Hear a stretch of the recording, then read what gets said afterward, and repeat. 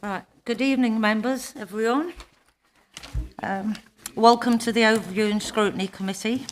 I am Councillor Grace Watson, the chair of this committee.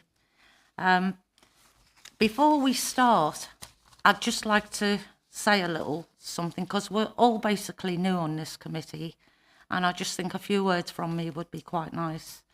As your new chair, may I just say, as some of us are new to our role on scrutiny, I would like to remind you all of the importance of scrutiny. Now, we all know how important scrutiny is.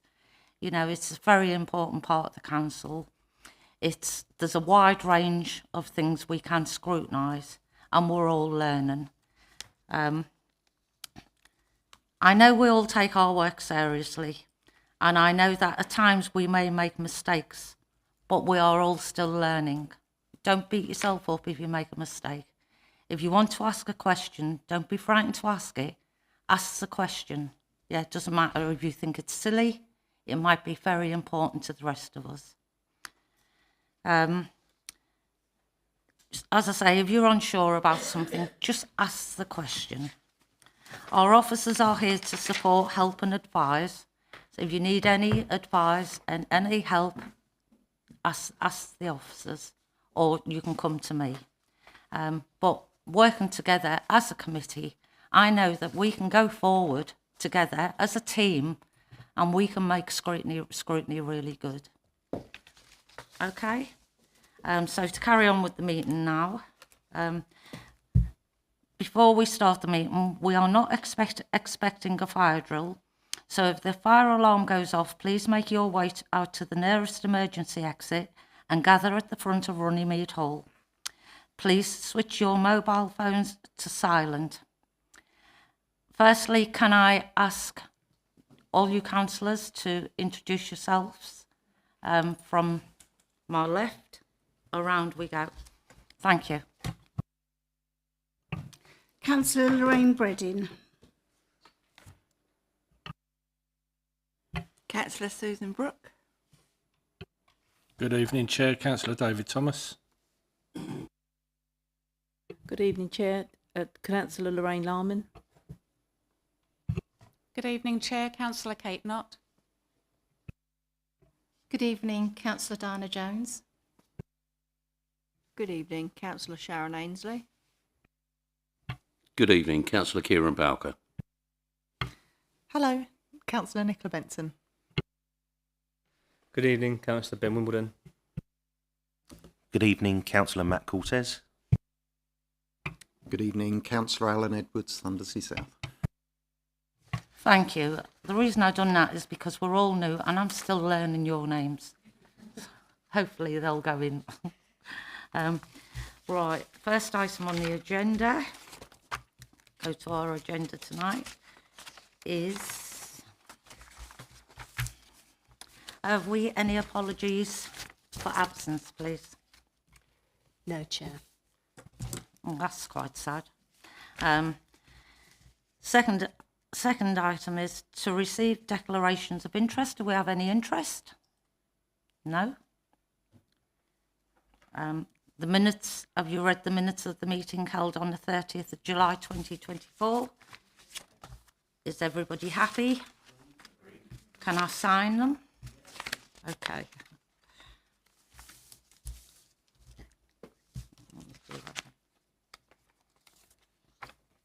Thank you.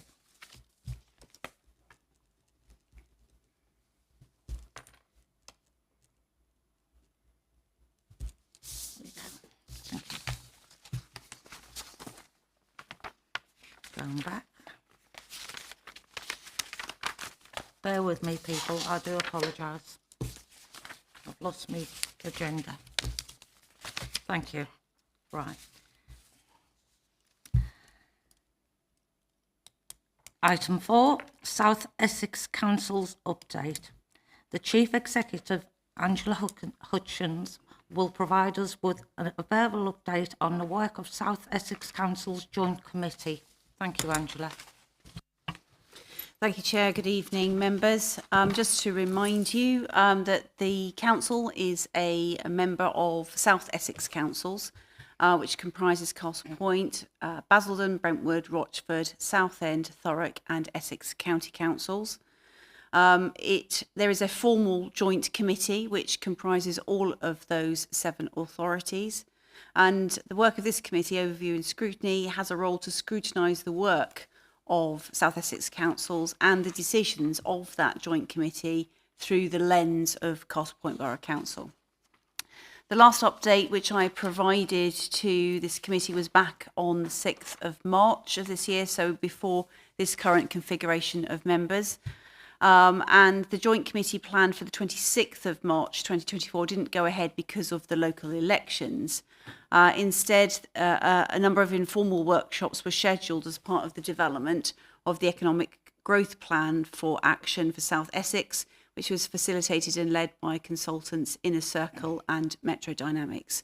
So this is an important piece of work which was approved by the joint committee to create a sub-regional economic growth plan so that all 7 councils as part of South Essex councils could collaborate together and work for development of local economies and business. And this kind of runs in parallel with the changes which have been made nationally to local enterprise partnerships and the abolition of local enterprise partnerships and the return of the monies that were originally channeled to local enterprise partnerships back to upper tier authorities. So the County Council is undertaking a piece of work around something which it is currently calling the Greater Essex Business Board, and the economic growth plan for South Essex is intended to provide the kind of representative aspects of that for us as a sub-regional economy. And that's because, in broad terms, business doesn't see administrative boundaries. People don't see administrative boundaries where they live, where they work. It is a determinant of their skills, their occupation, their family, and maybe even their health needs, for example. So there are a number of reasons why the sub-region works as it does. Notwithstanding our proximity to London and to the estuary in particular, South Essex continues to average below the national average on things like skills attainment, on income earned, and also, in terms of attainment and aspiration, it does not really reach its potential, and yet, from a GVA perspective, has an economy, or potential economy, which should be worth a lot more than it actually is. It is characterised essentially by a two-tier economy. Those that commute out of the sub-region into the capital spend their money there, or spend their money in other parts of the country, and then don't necessarily bring it back to their home bases. And then those tend to be highly mobile, highly educated, well-paid roles. And then there's a second tier of economy, which is very much localised work, which pays much less, has fewer career prospects, and therefore creates, as I say, this sort of two-tier economy where both halves of that economy are living cheek by jowl in a geography, but the disparities between them in terms of wealth, prosperity, health inequalities, and opportunities and aspiration is huge. So the consultants Inner Circle and Metro Dynamics have been doing this piece of work with us since the beginning of the year, since March. They initially met with leaders and chief executives to gauge those priorities and inform that kind of gap analysis between where we are versus where we want to be. Filling in sort of the evidence gaps and using external expertise to create what we're calling the kind of the right pathway to boost growth and economic productivity across the region. So the idea being to work across administrative boundaries to agree a unified economic rationale for South Essex and ensure therefore that as a sub-region we're all kind of pulling in the same direction. So the first workshop was on the 24th of April and was with officers to explore and agree the strengths, challenges, opportunities and threats of the South Essex Council's region, looking at qualitative insight, quantitative information, and discuss what that meant for South Essex current state and future economic trajectory. The key feedback for Castle Point in that particular discussion was very much around we can see area, you can go to the seafront in Canvey, you can see the opportunities that are across the way in this Freeport and in DP World, but you can't get to it. And how do we encourage economic growth that will support our economy and the differences between the mainland and the island in terms of economic prosperity, skills and access to work. So the work was paused somewhat because of the general election, which kind of put a bit of a hiatus in things. But the second workshop with leaders and chief executives took place on Monday of this week, which is why this is an oral report, because there wasn't much to say in a written report in order to meet the publication timescales. But the purpose of that workshop was to explore and agree effectively the size of the economic prize, the trade-offs, the priorities, the principles required to realise the potential of the area. And at that workshop, it was agreed that political leaders needed to meet together to agree a way forward on some key issues immediately affecting South Essex Council's geography, and which would impact on the way in which we approach the development of the economic growth plan. So that includes the potential for spatial planning, mooted by the new government's proposals around planning reform, and the approach that the South Essex Councils take in relation to the new government's early indications around devolution.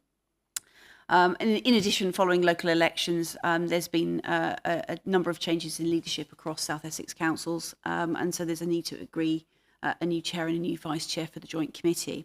So the expectation is that by the end of September, those political meetings will have taken place, and there'll be a refreshed direction of travel for South Essex Councils and a forward plan then for the joint committee, and I'll be able to prepare a formal update for members to scrutinise and bring it back to the committee at that point. I think the important takeaway for this committee is that there is a renewed energy in sense of sub-regional collaboration when it comes to economic growth, when it comes to looking at the challenges around housing and infrastructure, when it comes to looking around how we remain attractive to the location for business, how we improve access to jobs and skills to create economic prosperity and opportunity for our young people in particular going forward, but also for our businesses that may need retraining. South Essex is characterised by father-son, father-daughter type businesses, and the gas fitters and the PV installers of the future will need some training. So to kind of deal with new models, new ways of working, etc. So it isn't just around opportunities for school leavers, it's also around career changes also. So that's where we are, members, in terms of the current trajectory for South Essex Councils. There are some big issues which the new government is throwing at us, which we need to consider. That brings both opportunity and challenge, but also really in terms of establishing, therefore, what we can achieve from that economic growth plan and how we then proceed to deliver that for the benefit of Castle Point Borough residents. Thank you. Thank you, Chief Executive. Do members have any questions? Councillor. Thank you, Chair. Looking at the previous paperwork that was submitted with the report, I noticed that the rollout of fibre in Castle Point was extremely low at the time of the last written report I've got available. Has that improved at all? Because obviously that would have a big impact on jobs and skills. So thank you for that question, Councillor Bredding, as it's a very astute one. The reason for the original low take-up was essentially because Virgin Cable had said that they were going to provide the rollout, but the business case really wasn't materialised, and we weren't seeing a lot of that. The digital infrastructure programme was really looking at areas where there was no connectivity at all, and there was no plans for connectivity. So it's really around putting brand new dark fibre into the ground. So it's and then encouraging or pump priming private investment to enable them then to connect fibre to door. So when the major provider of fibre in a borough says, "Don't worry, we've got it. This is what we're going to do," that's really why the attention was taken elsewhere. What's become clear is that wasn't materialising, and then I began conversations with a number of providers, and I'm pleased now, perhaps you might not be when they start digging up the road, that BT Open Fibre or Open Fibre Reach, Open Reach, whatever, yeah, are now investing. So there was a big conversation that I had with them around investment. They were very happy to say, from a commercial perspective, that they were able to invest in the mainland, but they remained unsure about the economic viability of investment on the island. And I'm pleased to say that has now changed, and they are rolling out now across the borough. Thank you. Any further questions? Councillor Ainsley. Sorry, thank you. Part of the conversations that you're having regarding investment in the future of the South Essex groups, does that include a third road off of Canvey? Because that would obviously open up access to the Thames port. In fact, it would completely change the fortunes of Canvey Island, not to mention Castle Point as a whole. So a third road is, as you know, is kind of the proverbial unicorn, isn't it? You will know from the challenges that HS2 has suffered that major new infrastructure in virgin territory is exorbitantly expensive, requires central government compulsory purchase powers, and can be quite divisive. There's also an argument that says the location of a road would essentially cut through large swathes of greenbelt, and the engineering infrastructure required to deliver that is not something that DFT, Department for Transport, would normally consider as part of the major road network, for example. It's the kind of investment, the magnitude of investment that would require targeted intervention directly from government. So what we have been doing as part of this, and you will know that the Essex County Council's local transport plan is currently out for consultation, is to explore what does transport mean, because you can't have growth without considering infrastructure. But what we've tried to do is to say, okay, well, let's not be prescriptive about what that infrastructure might look like, because digital infrastructure is equally important for growth and economic prosperity, and certainly is a key indicator for employers locating in a particular area. Equally so is housing. Employers want to see good places and spaces that their employees can live in, and they want to see geographical areas that produce productive workforces by producing people who have the right skills. So the conversation is never, ever just about, can we have a road, please?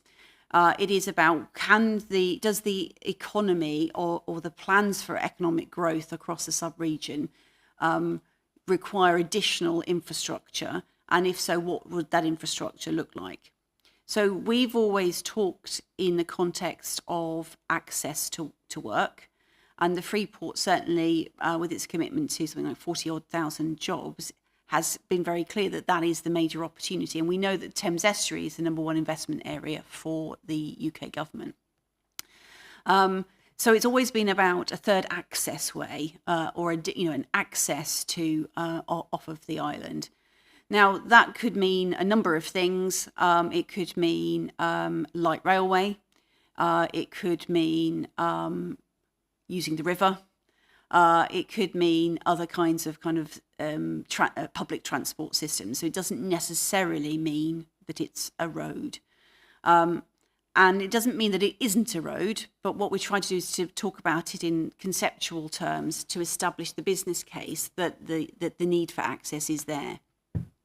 So we know that when we talk about the kind of investment that would be needed to support new access ways, irrespective of whether it's road, rail or water, we need to be able to show that there's a economic benefit to that it returns something to the Treasury, to UK PLC, in order to get government to invest in that. So that's part of building the economic business case for the sub-region, is to say that if you want to break the barrier between the two-tier workforce, you need to make some investment in infrastructure to support that lower-tier workforce to move into access to those jobs. Because if you don't do that, actually you're in danger of creating a three-tier workforce, because you create some fabulous highly skilled jobs that are taken by people nationally. So actually, people who are coming from other parts of the country to take those roles. So you actually then you make the situation worse by putting in investment rather than actually making it better. So there is no, to answer, so that's a very long answer, but the short answer is that there is no definitive business case for a third road. But that doesn't mean that we are not actively pursuing opportunities to improve the access to work and the infrastructure that connects the island to the rest of the sub-region. Thank you. Thank you. Any further questions? Councillor Thomas. Thank you, Chair. I just want to make a comment, and I know the third road's been spoken about 40 plus years. I want to make this comment, and I want it to be clear that we all keep referring to this as a third road.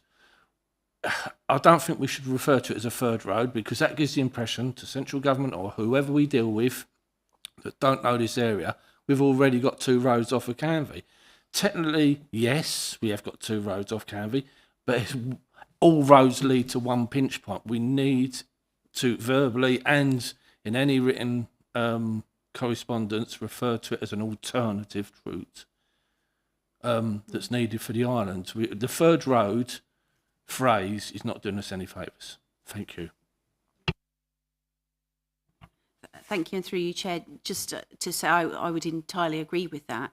But in terms of the calls for investment, the whole of the A127 corridor, the whole of the A13 corridor is in exactly the same position. The fact that we have a major A road that runs through. Yeah, absolutely, and so I think it has, as I say, like the proverbial unicorn, it has kind of got a bit of a legacy around it.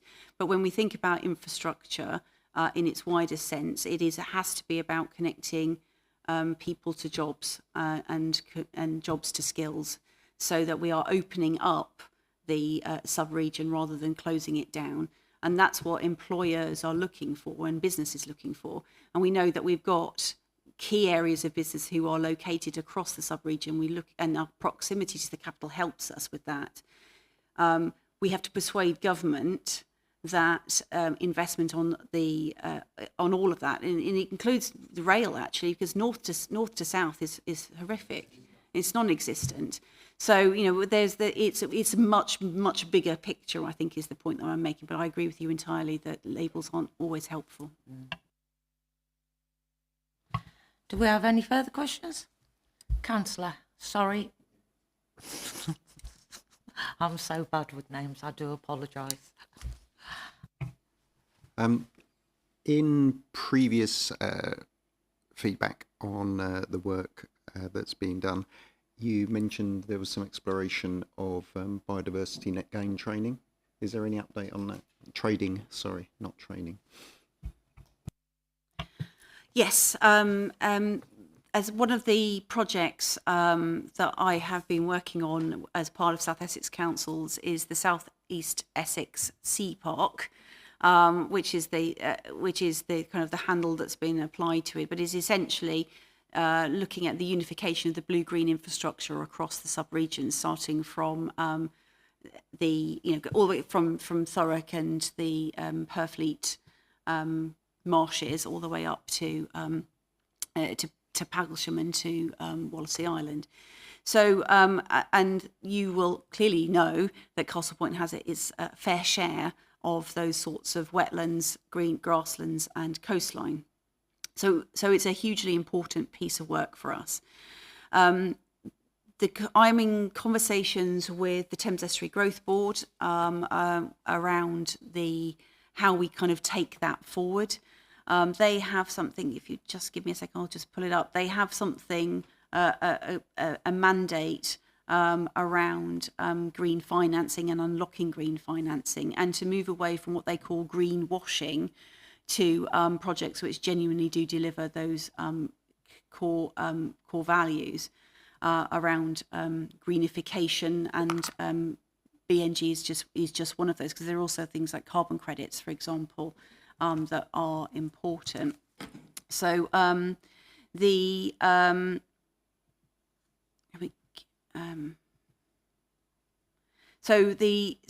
Thames Estuary Growth Board are working with me to position how we can use the green-blue infrastructure and the work that's been done by South Essex councils around Sea Park to create something around a green finance platform, which will enable business to invest in the project and therefore achieve benefits from that, whether it's through BNG or whether it's through carbon credits, but also in relation to things like flood risk mitigation, for example. So we applied to Government Innovation Fund for some funding. We weren't successful on that time, but the feedback we received was very positive. So we're kind of taking that back to the Growth Board, and in due course it will come back to the next meeting of the Joint Committee to say, okay, well, we now have essentially a pitch document that we're putting together, which will enable us then to put that into other scenarios. When we look at the spatial planning messages that are coming out from government as part of planning reforms, when it talks about letter from the minister, looking at it earlier, that talks about priority groupings of authorities where strategic planning would provide particular benefits. It's a sort of mini devolution kind of promise. It's only a letter from the minister. We'll wait and see what happens in the fullness of time. But the indication seems to be that spatial planning may allow for special dispensations as part of whatever reforms come forward. So we need to understand whether we could benefit from that, because the Sea Park project cuts across the whole of the South region and South Essex. So it is a useful corollary to investment in infrastructure, because it affords a means by which we could start to pay for some of that. And when we talk about asking government for money on the basis that we'll return back to the Treasury, we need to show that return on investment. Again, I think that the innovative work that we're doing around Sea Park may allow us to kind of have those sorts of conversations with government. And that's really what the growth piece, the economic growth action plan is, that's being developed by South Essex councils right now, is to kind of go, well, how do we then generate economic growth and investment along with housing and infrastructure, and then whilst we're protecting nature and blue-green infrastructure at the same time. So it's part of a very complicated sort of sandwich, but it's still part of the picture, and it's probably more relevant now than it's ever been. Thank you.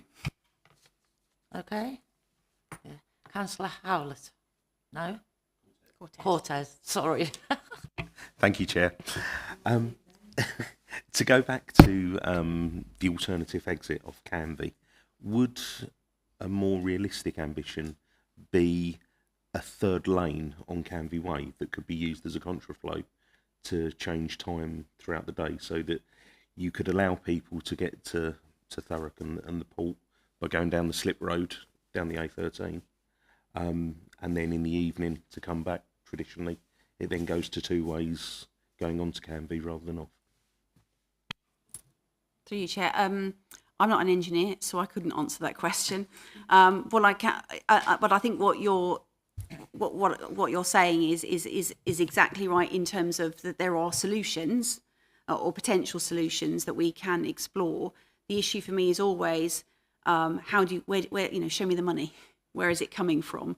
And if we're going to make pitches, whether it's to central government for investment or whether it's through use of devolution money through SIL, Section 106, whatever it might be, we have to be able to show that's a return on investment. So we have to be, if we just go to government with our hands out, we'll get the same responses we've had for the last 40 years, which is nothing.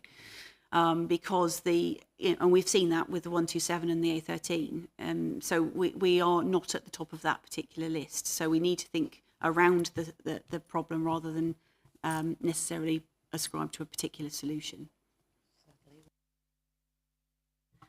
Any further questions? Wimbledon. Councillor Wimbledon, Right, thank first you. time there. Sorry to badger on the third exit again, but when does right of life and safety come into account? Because you keep saying about the money aspect, but we have obviously had historic floods and so on Canvey. If an evacuation was needed, the A13 isn't going to be a priority in that case. Okay, it might help with work, but it's not going to be saving anyone's lives. Whereas another exit probably would. So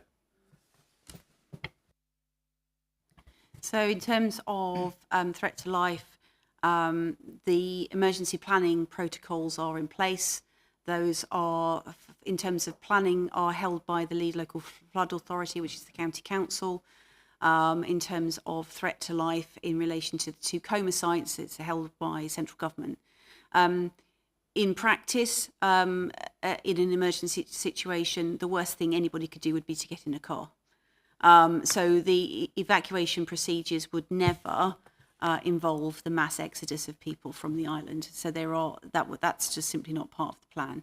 So it is a bit of an urban myth, Councillor Wimbledon, that there are A, oil refineries on the island when there aren't, and B, that we're all in danger of some kind of Bunsfield type combustion event, and we're not. So those kinds of urban myths go back a very long time, and so they're part of the kind of organisational memory of the council. But the world is a bit more sophisticated now, and that we wouldn't be in that situation. The issue, I think, is more problematic in relation to just sheer congestion on the road and when that causes road traffic accidents.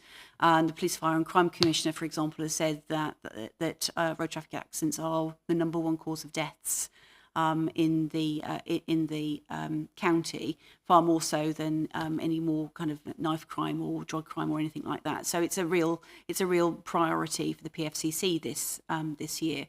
Road safety in itself, I think, is a slightly different issue from an emergency evacuation scenario. And I do think that there is something around road safety and road improvements around that we would seriously need to look at. But I think that's slightly different from South Essex councils. That's an issue between the Borough Council and the county. Thank you. Any further questions? Councillor Broding. Just one further question, and looking through the paperwork, I looked at the financial forecast, and obviously at the end of this year, there's quite a substantial balance being held within the group. Do you have a forward plan, or will you have a forward plan for use of that money, following all the consultations that you're coming up with? absolutely, the answer is that is the plan. The work of South Essex councils is funded through a subscription paid by each of the 7 councils, and that subscription is kind of an equal subscription, so it's 1/7 each. And notwithstanding the fact that the kind of relative disparity of size between the authorities, you might think, well, that should be pro rata, but that's not the case, because it was always predicated on it being kind of one member, one vote, really, and the joint committee certainly reflects that. So there's no supremacy, in terms of the joint committee. The exercise that I mentioned earlier about the workshop that took place on Monday and the political leadership meetings that are going to happen throughout September are intended to pull together a forward plan that will focus on a number of key issues that the committee will take forward. So yes, I would expect to see that. To date, the work has been very much on a number of work streams, and so we've been working our way through some of those. Some of these things take a very long time to come to fruition because they are things that will affect us in 2050, so that they are long-term pieces of work. But the momentum really around strategic planning, around devolution, around the Greater Essex Business Board, the ability to and the work that's happening now with the Freeport and in the Thames Estuary Growth Board creates a real kind of sense of now that will allow us to kind of create a forward plan around a very focused set of outcomes around improving economic growth and attracting business. Thank you. Sorry, can I come back on that? Just one final bit on that economic growth and attracting business. Are there any plans to sort of enhance the provision of apprenticeships within the growth plan? Is that something you're looking at? So apprenticeships, so through the county council has responsibility, as you know, through education. The adult education comes through Department for Education. One of the key principles of devolution would be the devolution of DV monies down through into the Greater Essex Business Board and into whatever devolved body received that income. So there is a real push around skills work, and I think the national body around skills is not particularly strategic. It is really around dispensing funding. So the ability to take that funding and use it locally is very much part of that. The the government had an initiative. The previous government had an initiative called Learning Skills Partnerships, Learning Skills Improvement Partnerships, LSIPs, and the county council has awarded the LSIP contract to the Essex Chambers of Commerce. So to really drive the importance of skills, both at, as I say, at school leaver level, but also into older age and for retraining purposes. So that's very much where that focus is. And the idea, I think, that South Essex will get more involved in that, as we would expect as a joint committee to receive funding under any devolution deal to help push some of that through. So the South Essex Advanced Technical Skills seats work programme has already begun. If you don't follow them on LinkedIn, I would commend you to do so. They are providing training for young people and people of all ages around engineering and other sort of STEM type activity, sponsored entirely by the private sector providers who are offering jobs. So these are graduate level training. So it's not quite apprenticeships in the kind of traditional school leaver sense, but is sort of graduate level apprenticeships. So access into work, and that's Leonardo, Ford, NatWest, and another one I just can't remember off the top of my head. But that is all referenced in the previous report back in March of last year, and so that. Seats now has its own chief executive and it's is flying now, and the plan will be to continue to support seats by using them to recruit for us as constituent councils, and then to in the fullness of time to create enough demand to justify a physical set of courses and a physical building for seats to operate off. So that's the ambition. But seats is an example of where South Essex Councils has really punched above its weight, because this was a gap that employers were telling us we can't get local people or local kids with these skills, and therefore we are filling local jobs on a national scale. So that third tier economy that I was mentioning earlier, and they came together. We convened those, brought them into contact with DfE, helped them to get the necessary governance in place, which they all funded. So all the legal advice and the constitutional documents that are required to set it up, and it's now fully fledged. So it's an amazing success. Thank you. Any further questions? Everybody happy? Yeah. Okay.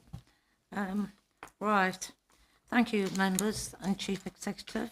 Moving on to the next item of business. Agenda item 5, update on the work of the Climate Policy and Scrutiny Subcommittee.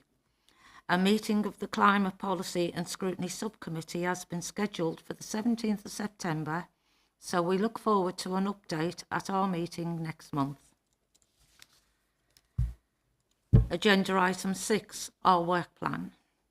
Members, a work plan has been drafted following our last meeting, which incorporates upcoming work streams and suggestions that we made on the 30th of July. On page 2 of the work plan, we have a review of the Constitution due to come out to committee on the 8th of January 2025. However, it would be helpful to set up a small Constitution working group to work on this in advance of the meeting in January. Can I please ask for any volunteers?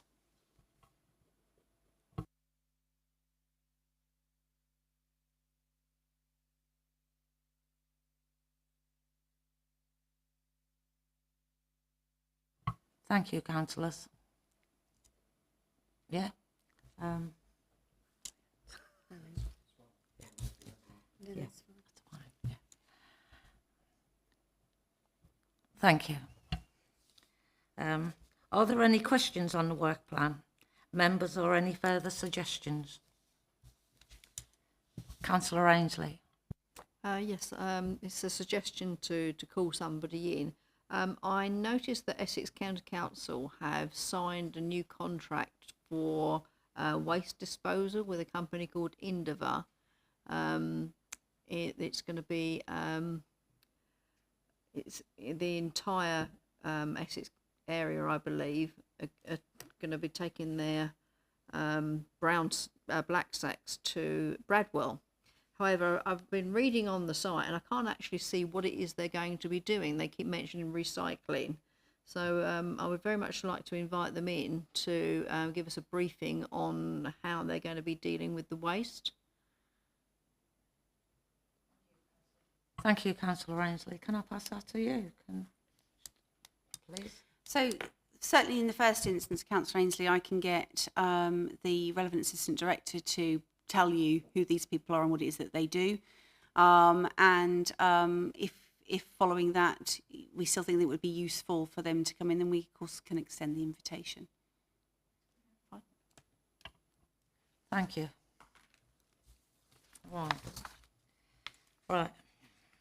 Sorry, bear with me, please. Did you? Sorry, Councillor Knott. Thank you, Chair. I noticed the local walking and cycling improvement plan is on here for the 23rd of October. I understand this is an independent review that we're having ahead of the Essex County Council one. Is it possible that we can put invitations out to people to come and talk to us just give some more information for us ahead of that.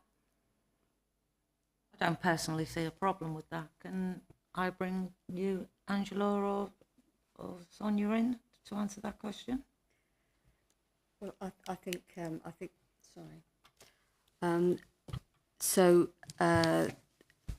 Amanda Parrott, who is the AD who sort of that area of work falls beneath, she would be bringing forward a report around an Essex-wide consultation on that particular strategy. I can sort of talk to her and ask whether or not there is sort of anybody useful that would come to the meeting from Essex, but it's due to come in next month, so it's quite short notice. But I can certainly ask the question for you.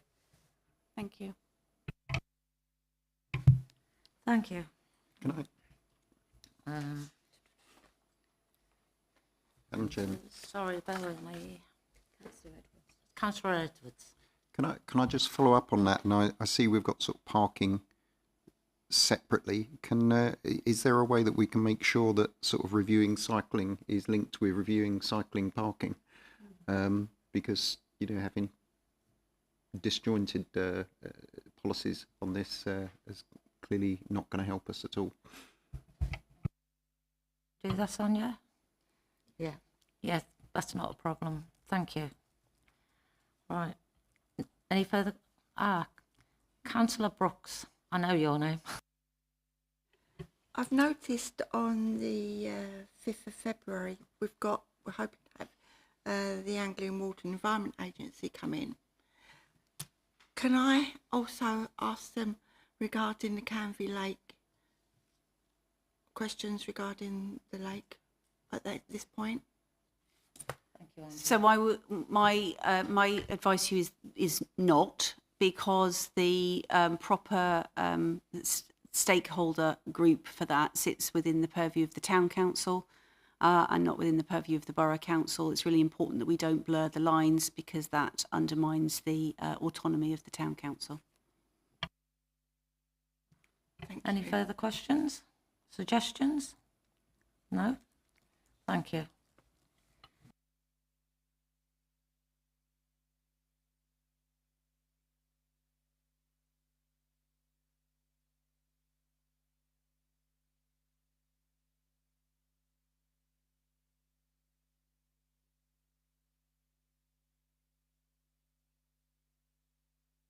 Sorry, I will repeat that. I'm like you all, I'm still learning. Thank you, members. The work plan will be updated for our next meeting on the 23rd of October. That concludes the business for this evening, and thank you all for coming. Thank you.